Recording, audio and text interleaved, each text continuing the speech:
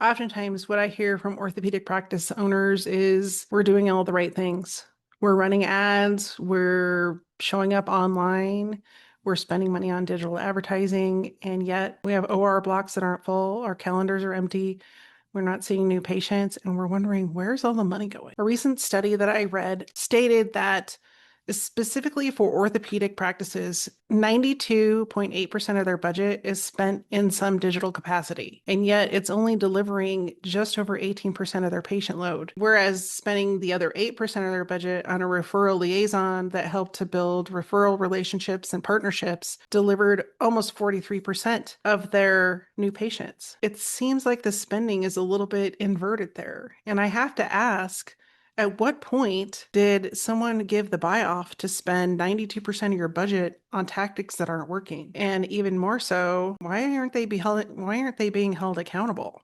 Because if only 18% of your patient growth is coming from 92% of your investment, I don't know about you, but if that were my personal budget, I would have some very big questions for the people spending that money. If we haven't met yet, I'm Alisa Conner, and I show up every week to help specialty medical practices and professional service organizations grow without outspending their competitors, but instead delivering and building patient and client relationships that your patients and clients can't wait to tell others about. So if you're a typical practice or business for that matter, you have likely just continued to add tactics to your repertoire, whether that's creating blog posts or a newsletter, or you're participating in different sponsorships for your community, or maybe even digital advertising. And most often, this is where I see the bulk of budgets go. Yet, nobody has ever stopped to take inventory on all of the things you're spending money on to see if they're actually driving people through the front door to book appointments. Most often, they're not. Or if they are, the effect is minimal compared to the other ways that your practice is receiving referrals and patients. Typically, if you work with an agency or you have an in-house marketing department, their answer is going to be, we just need to spend more. And I've heard this over and over again.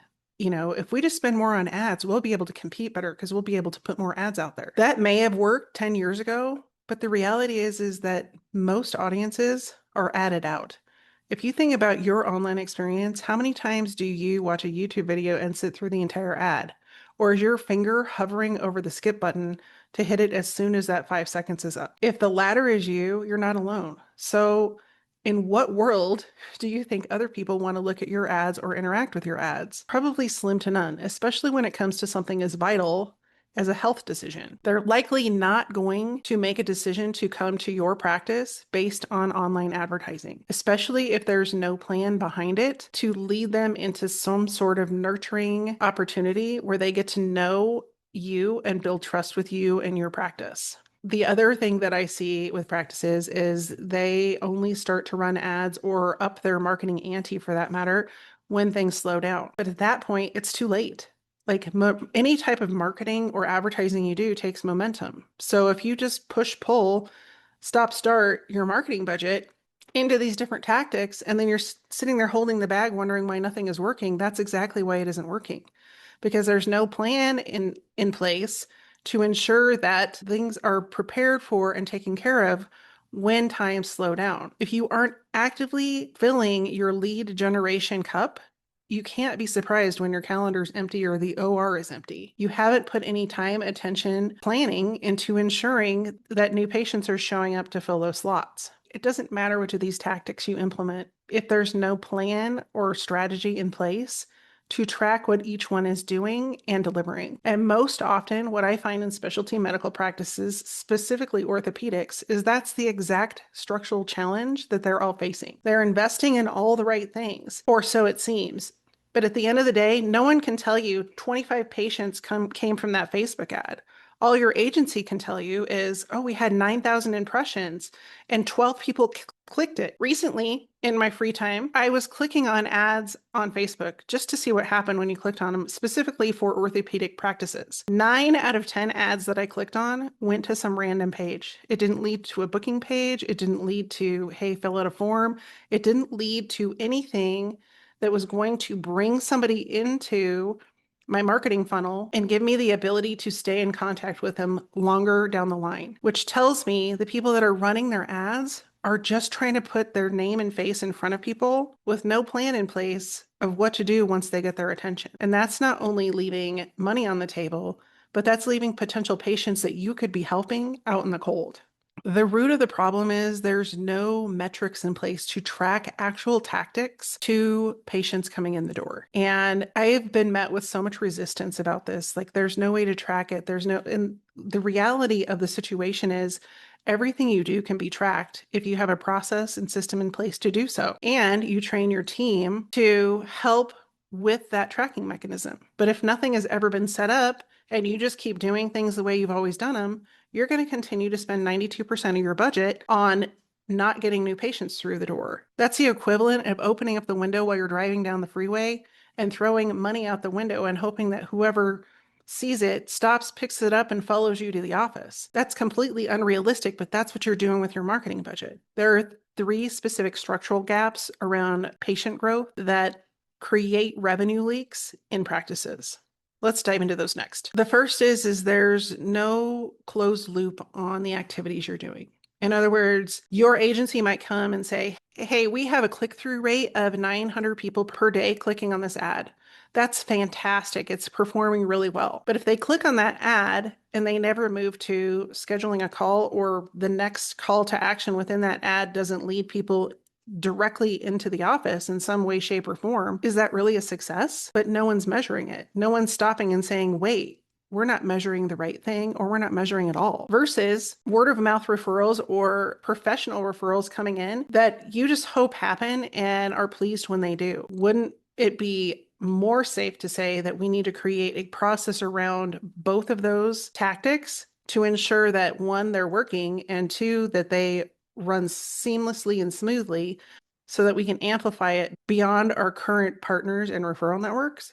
Which leads me directly into structural gap number 2. Most referral partners and word of mouth referrals are just a hope and pray basis. You put your name out there, you call your referral partners once in a blue moon just to make sure that they know you're still in existence, but there's no intentional process around your professional partner relationships. So whether that's physical therapists or PCPs or your urgent care referrals or whatever those partnerships might look like, it's just well, we hope they send somebody our way. But if there's no intention or process behind not only tracking who is sending referrals and who's converting into patients, but also how you're managing to stay top of mind with them, you're not only losing out on potential referrals, you're diminishing the relationship and showing up like everyone else that wants a referral does with them. Whereas if you create a structurally sound process and system behind those referrals, the chance that they're going to remember you increases substantially, and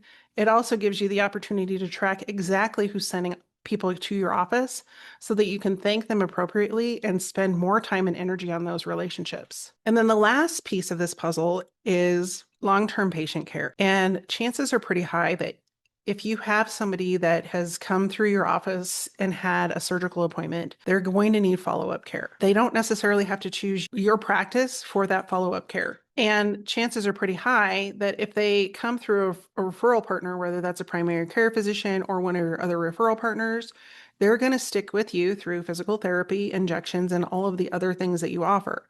But if they come from a Google ad, they may just use Google to find the next piece in their puzzle. So building those strong relationships and having a plan in place for ongoing care and how to ensure that your patients are going to continue working with you and that they don't have a bad experience along the way, it ensures that your revenue goes beyond the initial visit. So let's shift this thought of investing in marketing on its head and instead start thinking about surgical pipelines that come into your office. And if you're a medical professional and you may be thinking to yourself, I don't need to think about pipelines, I'm a doctor. But if you want to grow your practice and your revenue, pipelines are the fastest way for you to do that. When you have pipelines in place and you know exactly how people are coming into your practice and which of those pipelines is feeding your new patients and ongoing patient revenue, it makes it much easier for you to determine what to continue to invest in and what not to, or what to give a little bit more attention if for some reason that isn't performing as effectively as some of your other pipelines. But if you don't have a pipeline set up for each of the main functions in your office and nobody's monitoring it, you're not going to know what's working, what's not working, what's fixed, and what's broken. So the first things you can look at when creating those pipelines is the different avenues that you're receiving referrals. And that could be word of mouth from patients, family, or friends. It could be professional partners that you have referral relationships with. And it could be also online tactics and activities, as well as what you're doing to plug into the community. Those are all different pipelines.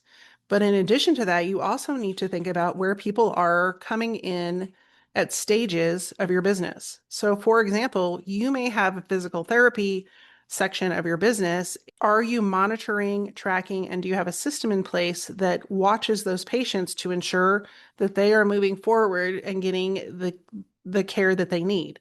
Are they just doing physical therapy and then the physical therapist then refers them back to the surgical part of your office, but nobody ever follows up with them? So then they go and find someone else? Or is the physical therapist intentionally walking them through the process to ensure that they're getting the care that they need? I know from personal example, I went to multiple physical therapists for my ankle injury. And at the end of the day, I had to go to my primary care physician after going to those physical therapists because none of them referred me directly to a surgeon or even mentioned surgery to me. Then I went to my primary care and I had to pretty much argue with them to get to see an orthopedic surgeon. That primary care doctor sent me a referral to somebody I didn't even end up going with. And that's how a lot of the stories behind these videos start, is my own personal experience. I was tired of feeling like a number by my primary care physician, by the physical therapist, and by the first orthopedic practice I went to. There is a lot of room for improvement here. And the biggest challenge for each of those offices was not having a process in place that made me feel as a patient that I was important to their practice and as though I was valued by their practice. I'm not saying cut off all your advertising, but I'm saying if you don't have the structure in place for the systems that are generating revenue, whether that's a liaison that's working with your current referral partners, or it's tracking what ads are working and why they're working and how they are delivering new patients to your schedule, there are two critical components to growing your practice.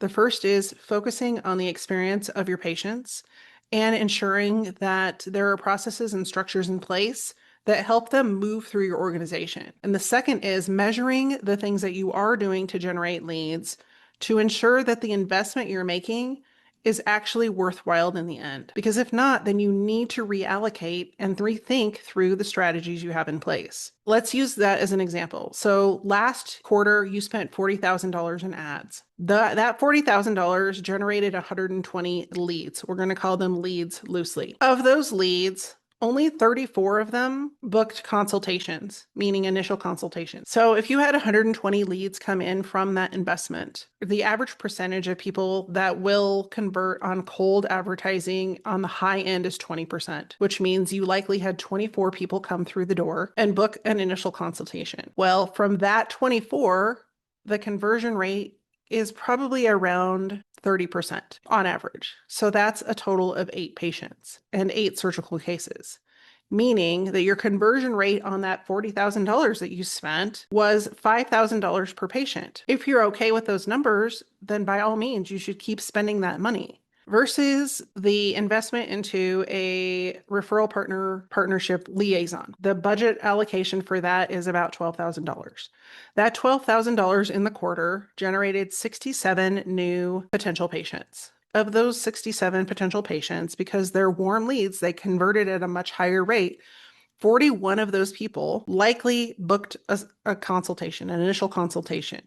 Of that initial consultation, because again, they're known leads, they've already talked to one of your other partners about their condition, the likelihood that almost half of those or more than half of those convert into actual surgical cases is very high.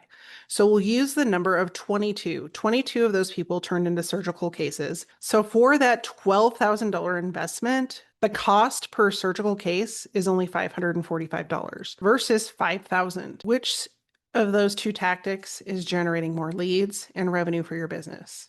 Obviously, it's number two. Now, am I saying give up all your advertising? No, I'm not. Advertising has a place. It's also best practice for you to measure and understand what you're investing in. Now, if you tune into these episodes every week, then you're very aware that I usually give you an action plan, and this week is no different. This week's action plan is to take control of your spending. Number one is to evaluate where and which tactics you are spending your revenue on. And if you don't know this, your marketing team should be able to pull this information for you within a matter of 48 hours or less. If they cannot do that, then you know there is a problem. If they need the information to come from your agency or they need input from your agency should also be able to report that information to you in no more than 48 hours. If that's not the case, then you know you have a bigger problem. Step number two is to look at the numbers they give you and have them directly align the amount of money that they've spent on whatever tactic it might be to the number of patients that have shown up in your office.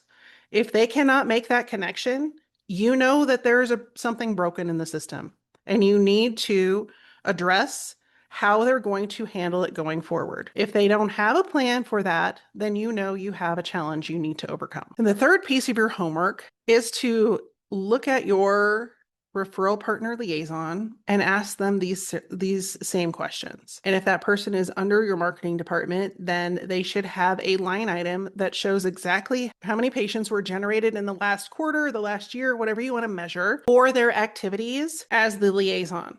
And if that number is not where you need it to be or where you want it to be, then there needs to be some discussion about how that process needs to change, or how much attention is being given to that process and how to amplify what you're doing that is working. Those are some hard pieces of homework, but those are the things that will move your practice forward and also help you take control over the consistency of patients coming in your office. Number three is to do an evaluation of the times of your office where things are less busy versus the times that you are overwhelmed. And you're going to find really quickly that there's consistency if you do this over maybe 1 to 3 years and you compare those dates. You're going to see that there's a consistent pattern for when things slow down and when things speed up. Maybe you're aware of this, but maybe you're not. And if you are aware of it, then I would beckon you to look at what you're doing the 90 days before the slowdown. Because if you're waiting to the last minute to run ads or beef up relationships with your partners to the last minute, then there's no wonder that you have gaps in your schedule and your OR is empty, because everything takes time to gain momentum. So that gives you a pretty clear roadmap of where you need to focus. If you have slow periods, you need to look back 3 months prior to that and see what was happening, where you were investing your time, energy, and money into your marketing and advertising. If you don't know how to even start or what questions to ask of your marketing team, your marketing agency, or where you're getting your patients, I have good news for you. That's the exact reason I created the revenue leak assessment.